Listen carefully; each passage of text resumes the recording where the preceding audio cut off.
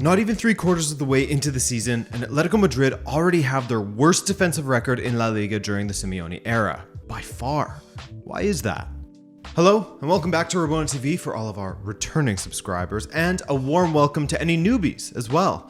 Today, we'll dive into what's wrong with Atleti's defense, Oblak's horrific season, by his standards, at least, as well as a comparison to other keepers in the top 5 leagues. We'll examine their back line, their midfield, and Simeone a bit as well. All with the help of Jeremy Barron, the man behind Atletico Madrid news and discussion site Into the Calderon, who also are the home to a host of podcasts such as Colchonero Chat and Partido a Partido. Before that, however, big shout out to our sponsors for this video. They're back again, Spitch. If you've caught some of our recent videos, then you'll know that Spitch is one of the most addictive fantasy football games because they approach it differently than most. It's match day by match day, not season long as far as scoring goes.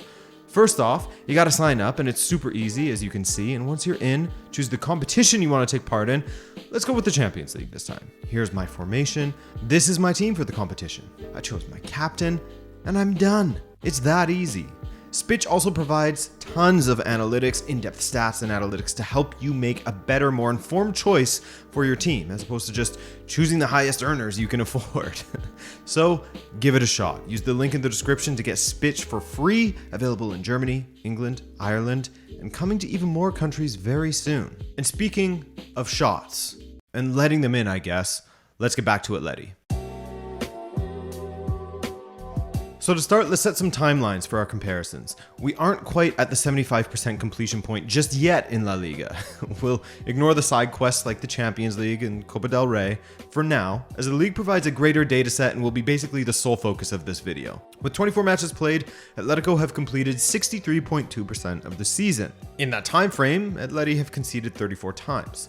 We'll get to goals per game later, but first, let's see how this ranks as far as comparisons to some of Simeone's best and worst seasons defensively. We aren't going to count his first season with the club as he joined them in December of 2011. So in his first full season, the 2012-13 season, Atleti conceded just 31 goals, a league best. In fact, Simeone's side has had the best defense in all but 2 of the 9 fully completed seasons that he has overseen. So from the 2012-13 season up to 2021. The 2015-16 season was actually a record-tying season for the fewest goals ever conceded in a 38-match La Liga season. The record sits with Real Madrid with 15 goals conceded. However, that happened back in the 1931-32 season when there was just 15 matches played. With over a quarter of La Liga yet to be played, Atletico Madrid have already beaten their own unwanted record of having their worst performance when it comes to goals against. At this point, they are already 5 goals worse than their previous worst of 29. This season, Atletico's defense is conceding 1.42 goals per game. Last season, they conceded 0.65 goals per game. That can only be described as a dramatic decline. Diego Simeone had always been the 4-4-2 man, sticking with that formation while the rest of the world embraced the 4-2-3-1, the 4-3-3, any variation of a 3 at the back formation, and so on and so forth. But last season and into this one, he himself employed what was on paper at least a back 3 that would switch to a back 4 or sometimes even a back 5 depending on the situation, possession, etc. It was very fluid. Now he has been switching back and forth between a back 4 and the back 3.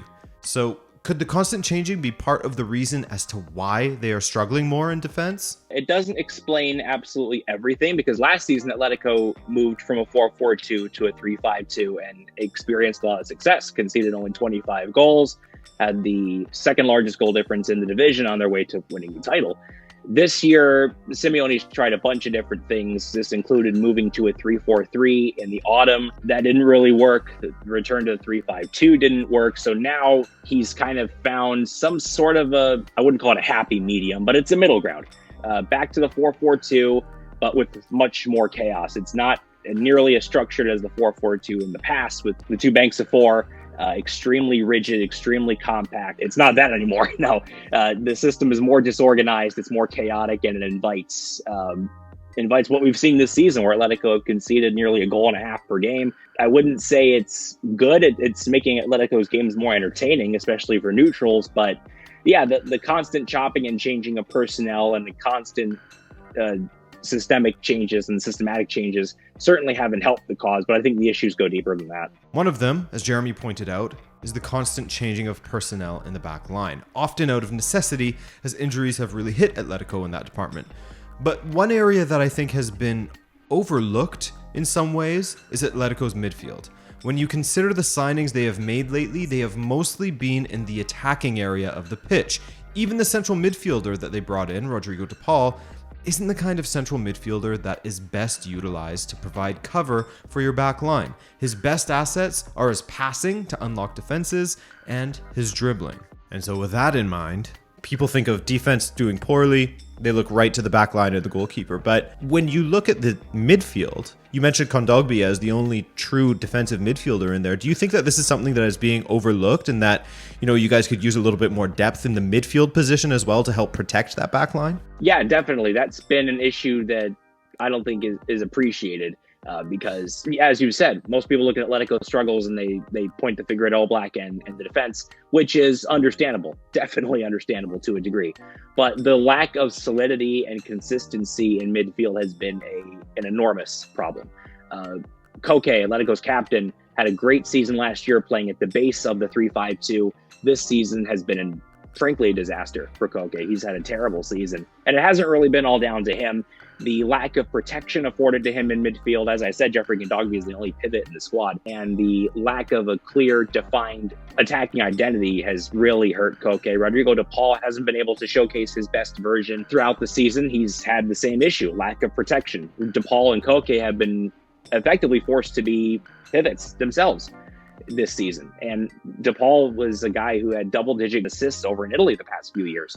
So he's not playing at his best because he can't play at his best. And that goes back to the issues in the transfer market, the issues with sporting director Andre Berta not supplying Simeone with the deepest squad he could. The midfield has been a problem. It's symptomatic of the issues with the shorthanded nature of the squad. I was just looking through the different transfers that have been made over the last couple of years, and it kind of feels like when I think of Diego Simeone, it's like the board are giving a paintbrush to a bricklayer type of thing. Like, what is he supposed to do with some of these players, The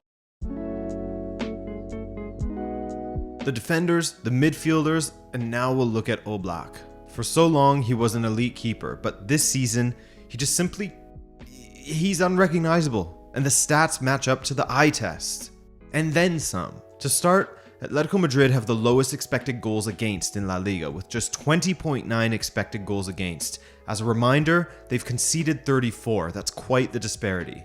As far as shots on target against them, there have been just 55. Again, the lowest in the league. Jan Oblak's save percentage sitting at just 47.3%. Again, the worst in the league. In fact, in Europe's Big Five leagues, with keepers that have made a minimum of 8 appearances, he's ranked 110th out of 111. So, with that in mind, what exactly is going on with Oblak this season? We don't really know. From what I see and from what I observe and what I read and hear, he's low on confidence, which makes sense. He's been leaking goals really since the opening weeks of the season. Atletico's defensive issues really started last season, the second half of last season, when a bunch of COVID cases hit the team, and that's when Simeone started chopping and changing. Now, fortunately, Atletico were able to rebound late enough in the season to where they could still clinch the title on the final day. But those problems were not properly addressed over the summer. Atletico did not reinforce the defense in the transfer market as was expected. So they came into the season with 4 center backs, 2 of whom, Mario Hermoso and Felipe Montero, are notable for their defensive weakness, their lack of positional sense. And Felipe and Mario have had to play quite a bit this season, given Jose Jimenez and Savage have been injured. The injuries haven't helped at all, and Oblak has had to try to compensate. His positioning is off. He's not as strong coming out to collect crosses. He's not as strong in the air, trying to punch the ball clear or trying to grab it. And yeah, a lot of these goals that are going in are goals he would not have conceded in previous years. Some of it is just wicked variance. Oblak for years has overperformed in terms of the expected goals from the shots that come in. Like last season, Oblak's prevented 10 more goals than another goalkeeper would have allowed, for example. Oblak has had several seasons where he has been 9, 10, 11 goals saved above average. So this season, it's 9 or 10 goals below average. So on one hand, it's a wicked regression to the mean. On the other hand, it's a lack of confidence, a lack of control, and a lack of poise that has kind of seeped through the entire team. And Oblak is symptomatic of that. And his contract is also up next year. So it creates a really interesting question this summer. Will Atletico sell Jan Oblak, given he's entering the last year of his contract and renewal talks haven't gone anywhere? There's a whole bunch of different things going on, but I think it stems from the injuries in defense, creating a lack of confidence and snowballing from there. And what he said about wicked variance is absolutely dead on. After so many years as one of the top keepers, we're talking top 3 shot stoppers in the world, at the very least, it reaches a point where that kind of form is unsustainable for such a long period of time. And that variance that Jeremy mentioned can be explained, at least to a certain extent, by post-shot expected goals. Now, you are all well aware of what expected goals are at this point. Basically, a way of putting a numerical value out of 100 that is representative of how good a chance is for the attacker, how likely it is that they would score from any given position on the pitch. Post-shot expected goals takes into consideration the shot or the quality of the finish itself. It combines the area of the pitch the strike came from, as well as where the strike was headed. If it's headed to the top corner, for example, the post-shot XG will be higher. If it's heading straight at the keeper, it will be lower, or it just won't move the needle at all. So for the keepers, this can speak to the difficulty of the strikes they have faced and how they have dealt with them. For Oblak last season, when they conceded just 25 goals and he had 18 clean sheets with an 80% save percentage, he had a post-shot expected goals variance of plus 9.8.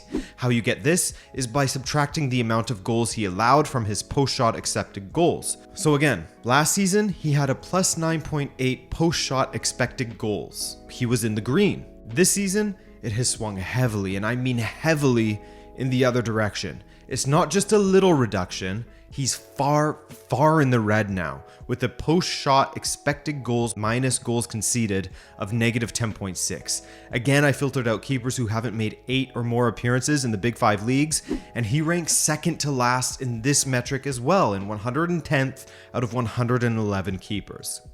With all of this in mind, it's safe to say that Oblak is having a career low of a season, something we can expect of keepers every once in a while, especially for someone like Oblak who played at such a high level for so long, but it's still shocking considering where he was at versus where he is now. Look, it goes without saying that sometimes teams also just have a bad season. It happens to everyone. Remember when Chelsea won the league with Mourinho during the 2014-15 season, only to completely capitulate, lose 9 out of their opening 16 matches, winning only 4, and sit in 16th by mid-December? It happens. But the reason for these respective collapses are seemingly different. The players were done with Mourinho, whereas that hasn't been made obvious yet with Atleti.